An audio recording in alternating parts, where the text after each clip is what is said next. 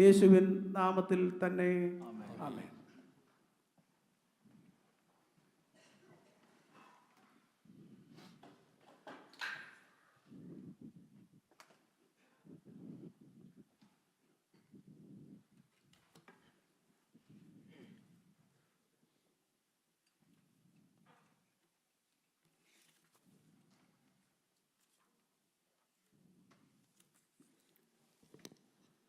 ത്രിയേക ദൈവ തിരുനാമത്തിന് മഹത്വമുണ്ടായിരിക്കട്ടെ. ഇന്നത്തെ ധ്യാനത്തിനായി തിരഞ്ഞെടുത്തിരിക്കുന്ന വേദഭാഗം gospel according to saint Luke chapter 1 verses commencing from 57 through 66, which I have already read as today's gospel portion. And a theme is being decided by our church, that is the word of God, the source of peace. ദൈവവചനം സമാധാനത്തിൻ്റെ ഉറവിടം എന്നുള്ളതാണ് ഇന്നത്തെ പ്രത്യേക ചിന്താവിഷയം. ഇന്ന് സഭയായി Bible സൺഡേയായി, അതായത് വേദപുസ്തക ഞായറായിട്ട് വേർതിരിച്ചിരിക്കുകയാണ്. So on the basis of this theme, word of God, the source of peace, I would like to reflect some thoughts to you. ഈ വേദഭാഗത്തെ രേഖപ്പെടുത്തിയിരിക്കുന്നത് ഒരു പേരിടൽ ചടങ്ങാണ്, നെയിമിംഗ് സെറിമണി.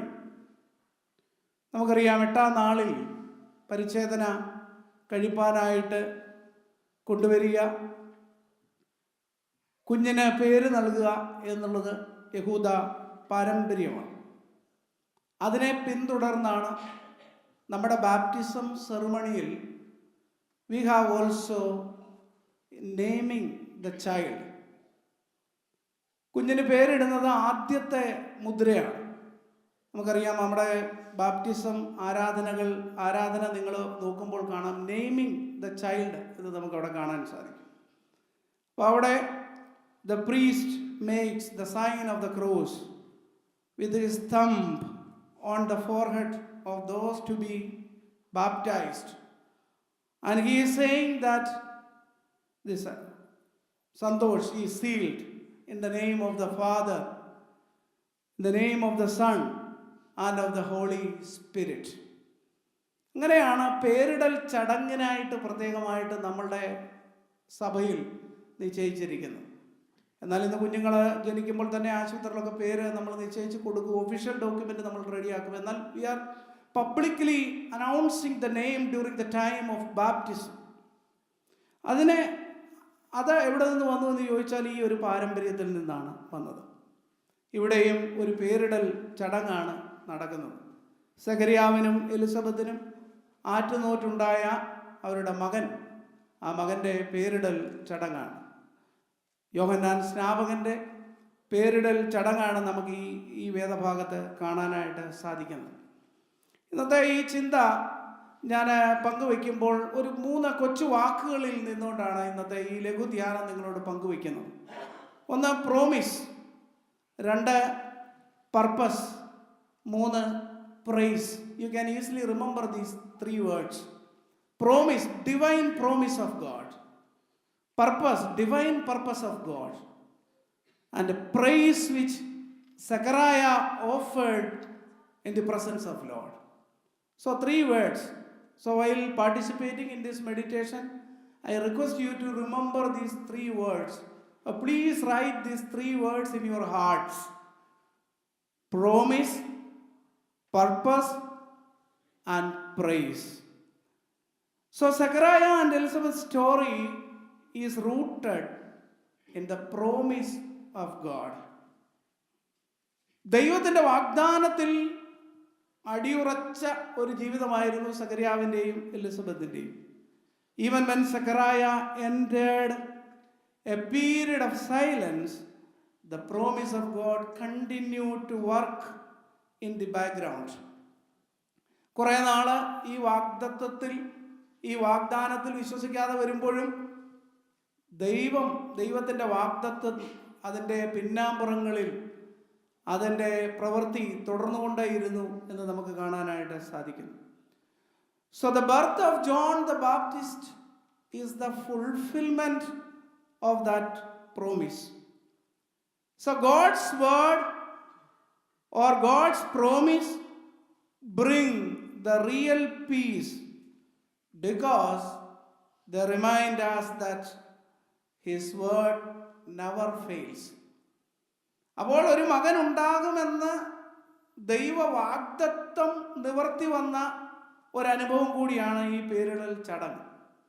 അതുകൊണ്ട് ഇന്ന് ഈ ഡിട്രോയിറ്റ് മാർത്തോമ ഇടവകയിലെ ജനങ്ങൾ ഇത് ധ്യാനിക്കുമ്പോൾ നമ്മൾ ഓർക്കണം, ഞാൻ കേൾക്കുന്ന, ഞാൻ ധ്യാനിക്കുന്ന, ഞാൻ പിൻപറ്റുന്ന ദൈവത്തിൻ്റെ വാഗ്ദത്തവും ദൈവത്തിൻ്റെ വചനവും ഒരിക്കലും പരാജയപ്പെടുന്നില്ല.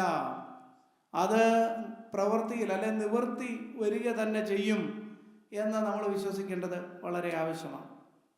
When we go through the scripture portion, Isaiah chapter 55 verse 11, we can see, എൻ്റെ വായിൽ നിന്ന് പുറപ്പെടുന്ന വചനം എൻ്റെ വചനമായിരിക്കും.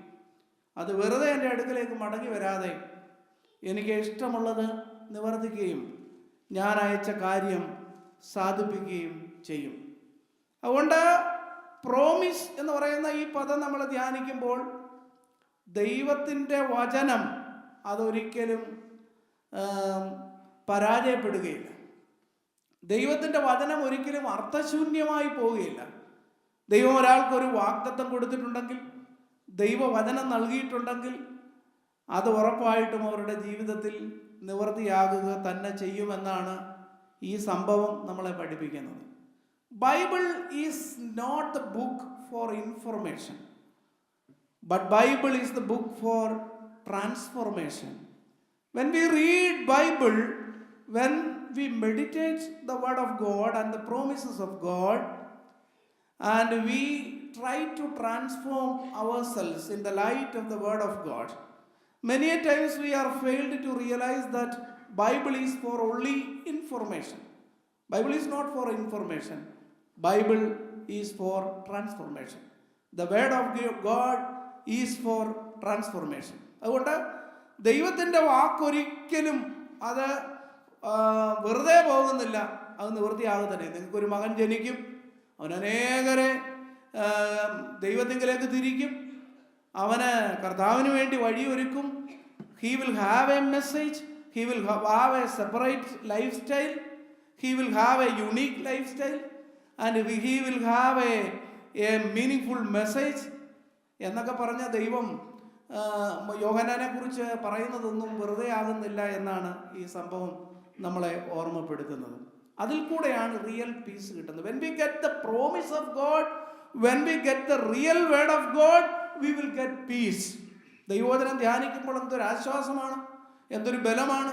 ജീവിതത്തിൻ്റെ ഉത്തരം കിട്ടാത്ത പ്രശ്നങ്ങളുടെ നടുവിൽ നമ്മൾ ഓടി വരുമ്പോൾ ദൈവവചനം പറയുന്നു, നിന്റെ ഭാരം മുഴുവൻ എൻ്റെ മേലിട്ട് കൊള്ളുക.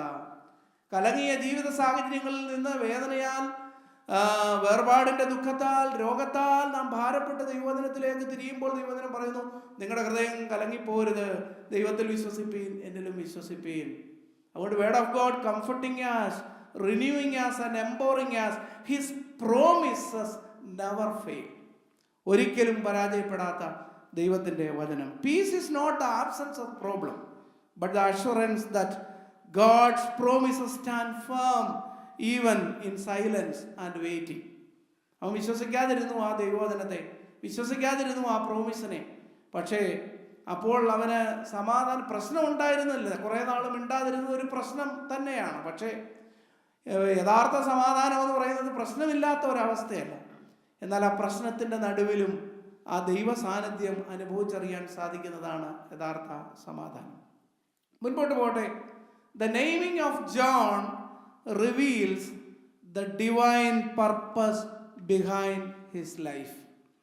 And the people expected a name from the family line, but the word of God revealed a different identity. John. The meaning of John is God is gracious. കുടുംബപരമായിട്ട് അവരവരുടെ ചാർച്ചയിലുള്ള ഒരാളുടെ പേരാണ് അവർ നിർണ്ണയിക്കാനായിട്ട് ശ്രമിച്ചത്. അപ്പൻ്റെ പേര് തന്നെ വിളിക്കാനായിട്ട് ഭാവിക്കുകയാണ്. അവരുടെ കുടുംബത്തിൽ തന്നെ ഉൾപ്പെടുന്ന ഒരാളുടെ പേര് വിളിക്കാനായിട്ട് തീരുമാനിക്കുമ്പോൾ ദൈവിക പദ്ധതി അത് വ്യത്യാസമാണ്. Second word, purpose of God.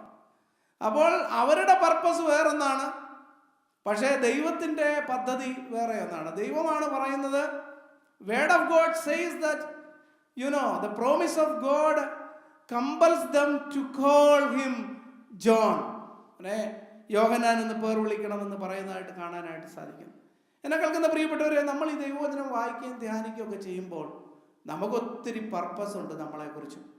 എന്നാൽ നമ്മുടെ പർപ്പസ് ദൈവത്തിൻ്റെ പർപ്പസുമായിട്ട് അലൈനാകുന്നുണ്ടോ എന്ന് നമ്മൾ ശാന്തമായിട്ട് ചിന്തിക്കേണ്ടത് ആവശ്യമാണ്. അതുകൊണ്ട് peace is found when we align ourselves with the purpose of God instead of human expectations. And we will have different expectations in our life. We have it. But when we align our will to the Lord Almighty's purpose, then our life would be blessed by His grace and strength. The Word of God gives clarity and direction and meaning.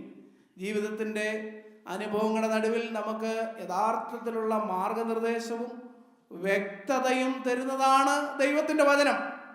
ഇവിടെ ആ കുടുംബത്തിന് യോഹന്നാൻ എന്ന പേര് നൽകണം എന്ന് പറയുന്നതിലൂടെ ദൈവം നൽകുന്ന ഒരു മാർഗനിർദ്ദേശമാണ്, ദൈവം നൽകുന്ന ഒരു വ്യക്തതയാണ്. അതാണ് ദൈവത്തിൻ്റെ പർപ്പസ് എന്ന് പറയുന്നത്. When we go through the scripture portion, Psalm 119 verse 105, 119, 105 സങ്കീർത്തനം നമ്മൾ വായിക്കുമ്പോൾ നമുക്കെല്ലാവർക്കും പരിചിതമായിട്ടുള്ള ഒരു വാക്യമാണ്. നിന്റെ വചനം എൻ്റെ കാലിന് ദീപവും എൻ്റെ പാതയ്ക്ക് പ്രകാശവുമാകുന്നു. ദൈവമേ, നിന്റെ വചനം ഈ ലോകത്തിൻ്റെ അൺസർട്ടനിറ്റീസിൻ്റെ നടുവിൽ, കൺഫ്യൂഷൻസിൻ്റെ നടുവിൽ എന്നെ മുന്നോട്ട് നയിക്കുന്ന മരുപ്പച്ചയാണ്. എനിക്ക് ജീവിതത്തിൽ ആശ്വാസം തരുന്ന, കുളിർമ തരുന്ന കുളിർക്കാറ്റാണ് നിന്റെ വചനം. എന്നെ തിരുത്തുന്ന ജീവനുള്ള അനുഭവമാകുന്നു നിന്റെ വചനം. എന്നെ കീറി മുറിക്കുന്ന ഇരുവായ്ത്തലയുള്ള വാളാകുന്നു നിന്റെ വചനം. എന്നെ തകർത്ത് കളയുന്ന ചുറ്റികയാകുന്നു നിന്റെ വചനം. എന്നെ രൂപപ്പെടുത്തുന്ന എൻ്റെ പാപ സ്വഭാവത്തെ അപ്പാടെ ദഹിപ്പിച്ച് കളയുന്ന അഗ്നിയാകുന്നു നിന്റെ വചനം. I understand your divine purpose through this word of God. അല്ലേ, ദൈവവചനം അറിയാത്ത അല്ലെങ്കിൽ ധ്യാനിക്കാൻ ഇൻട്രസ്റ്റ് ഇല്ലാത്ത ഒരാൾക്ക് ഒരുപക്ഷെ ആ ദൈവത്തിൻ്റെ പർപ്പസിനെ ഒരുപക്ഷെ തിരിച്ചറിയാൻ അത്രമാത്രം സാധിച്ചു എന്ന് വരികയില്ല. When we discover the purpose of God, our life, our hearts find real or find rest or real peace we can experience. അതാണ് നമ്മൾ പർപ്പസിൽ കൂടെ നമ്മൾ മനസ്സിലാക്കുന്നത്. മൂന്നാമതായി നമ്മളിവിടെ കാണുന്നത്, the moment Zechariah obeyed the word of God and wrote his name is John. Then what was happened? His tongue was loosed and he began to praise God. ഈ ദൈവവചനത്തെ അവൻ അംഗീകരിച്ചപ്പോൾ, ഈ ദൈവത്തിൻ്റെ വാഗ്ദത്തത്തെ അവൻ ധ്യാനിച്ചപ്പോൾ, ആ മ്യൂട്ട്നെസ്സിൻ്റെ പീരീഡിൽ, നിശബ്ദതയുടെ പീരീഡിൽ, മൗനിയായി കുറേ നാൾ ജീവിക്കേണ്ടി വന്ന ജീവിത സാഹചര്യത്തിൽ ഈ ദൈവത്തിൻ്റെ വാഗ്ദത്തത്തെക്കുറിച്ച് അവൻ യഥാർത്ഥത്തിൽ ധ്യാനിച്ചപ്പോൾ അവൻ നാവ് തുറന്നത് ദൈവത്തെ സ്തുതിക്കാനാണ്. When he opened his mouth, he pronounced that John, God is gracious. I understood that God is gracious. That was his real testimony. That was his real reflection. പ്രിയപ്പെട്ടവരെ, കുറേ നാൾ ആദ്യമൊക്കെ വിശ്വസിക്കാതിരുന്ന കാര്യം പിന്നീട് വാ തുറന്നപ്പോൾ അവനറിയാണ് ദൈവം കരുണയുള്ളവനാണ്, ഇത് ദൈവത്തിൻ്റെ ദാനമാണ് എന്ന് തിരിച്ചറിയുകയാണ്. അതുകൊണ്ട് യഥാർത്ഥത്തിൽ ദൈവവചനം നമ്മൾ ഉൾക്കൊള്ളുമ്പോഴാണ് നമ്മുടെ നാവിൽ സ്തുതി വരുന്നത്. അല്ലാത്തവർക്ക് അതൊന്നും ഒരു വിഷയമല്ല. ദൈവത്തിൻ്റെ വാഗ്ദത്തങ്ങൾക്കും ദൈവത്തിൻ്റെ വചനത്തിനും ഞാൻ എന്നെ തന്നെ സറണ്ടർ ചെയ്യുമ്പോൾ എൻ്റെ നാവിൽ സ്തുതി വരും.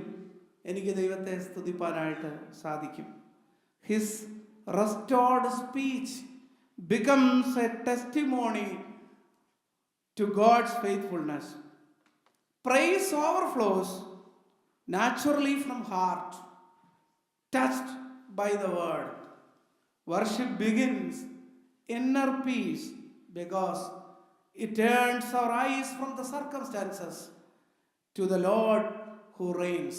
When we look our circumstances, sometimes we may not able to praise Lord.